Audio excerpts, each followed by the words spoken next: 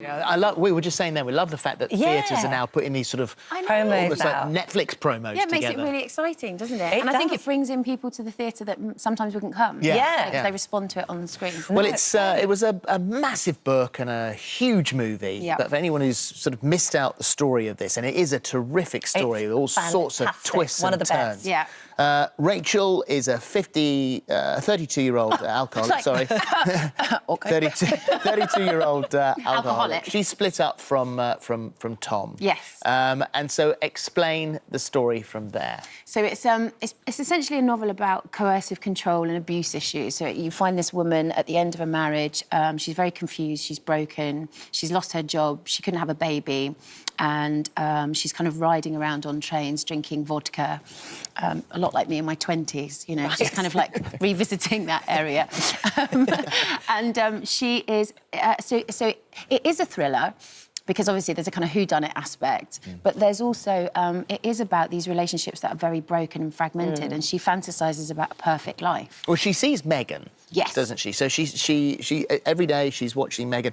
Megan is apparently living this perfect and fantastic life. Yes. She also happens to be the nanny for Tom and his new partner. Yeah, so she's become fixated on this family, both of them, and then the woman that she's fixated on actually disappears and has a link to her ex-husband. Dun, dun, dun. Dun, dun, dun. We can't say any more than that because it's just a fantastic story. Yes. The book, when it came out, I remember it was one of those books that was like, have you read this yet? Have you read this yet? Because I just loved her as a character. Yeah. She was so unruly and she's so badly behaved. And although you didn't necessarily like her at the beginning, you couldn't help but admire her drive and passion. She's quite brave, really.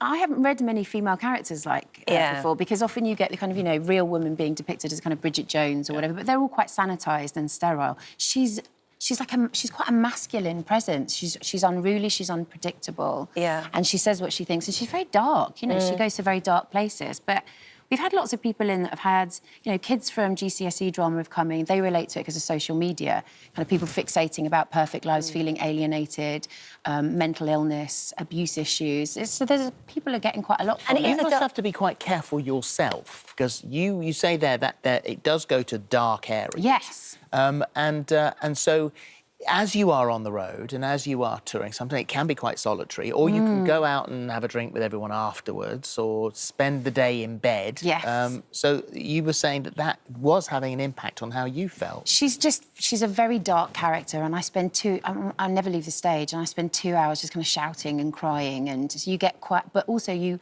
play drunk for 2 hours. So something in your brain is kind of convinced that that's happened to you, even though you know it's not real. So it's quite hard to shake that off. So at the beginning of the tour, I wasn't going out very much in the day because I was trying to preserve my energy for the evening.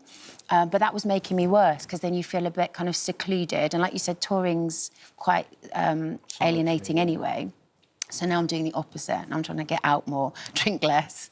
You know, just a general... Did you feel good? A little experiment, though, where you did, because you're drinking water... Sometimes on stage, yeah, I have. And this is, like, not a PC thing to say, right? Because you're supposed to, like, sell something and say, oh, I would never drink on stage. Or sometimes I just like to do stuff just to see what would happen, like to give a bit of an obstacle. Yeah. So I had, like, a mild solution of water and vodka, and it just made me very... Hardly controversial. Well, but you know what I mean? Sometimes when you are promoting something, it has to stay quite kind of, you know... And no, if I come to see you now, I'm going to... You want me to be drunk?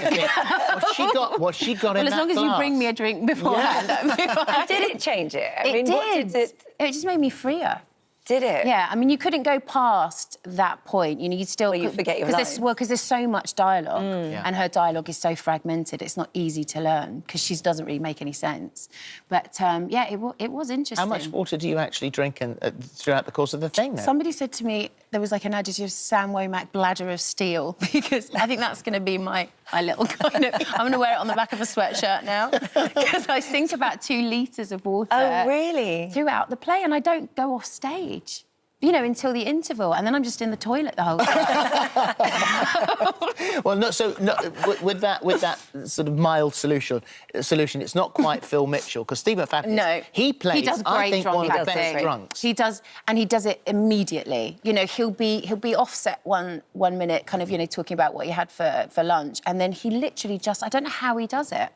And he gets into a really kind of glassy, his eyes go glassy, and he's one of the best drunk actors I've seen. And he said it's still now people hold those girls so close to their heart, don't they? And I mean, people try and figure out ways they could come back. Yes, we've had loads of wacky suggestions. So it's all been this whole thing, and they fake their own. I mean, we've had so many suggestions. Some of them are hysterical. Quite nice, really, it's though. cute. That people love them that much. Yeah, they just don't want them to be gone. It's very cute. I speak to Rita all the time, and we laugh about well, it. the partnership on telly was so amazing because the partnership you had in reality was chemistry. also lovely. Yeah, I mean, she really is a very special person, Rita, and I speak to her all the time. But we experienced so much together. 9 years of kind of entering a show like that, the amount of storylines that we did, and we got, you know, very, very close. And 10 years, you know what it's like. You have births, you have babies together, funerals together, on stage and off. So it forms this very, very strong friendship. But you can't come back together on there. You can't, I mean, that's a hurdle, I'm not sure. How dare you? I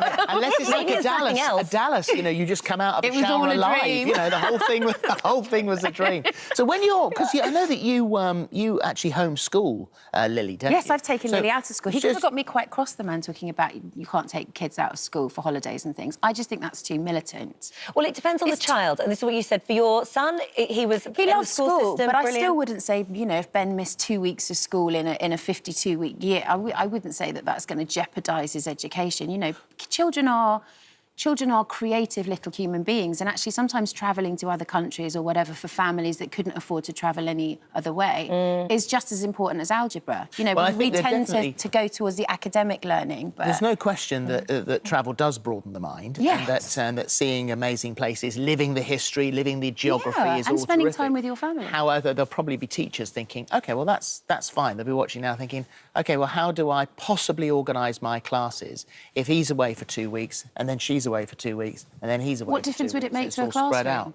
Surely there's most of the state schools are kind of oversubscribed anyway, and half the children that aren't getting attention is because they're 32 kids per one teacher. So doesn't it make it easier for the teacher if there's 2 less kids? But how do they organise their classes, and who's learnt what if half of them are gone at Surely different 2 times? weeks. If you were off with a bug for 2 weeks, no one would be stressing out about the fact that they've missed algebra for 2 weeks, would they? We should have got you in for the other item. We should Say it. You're at the wrong part.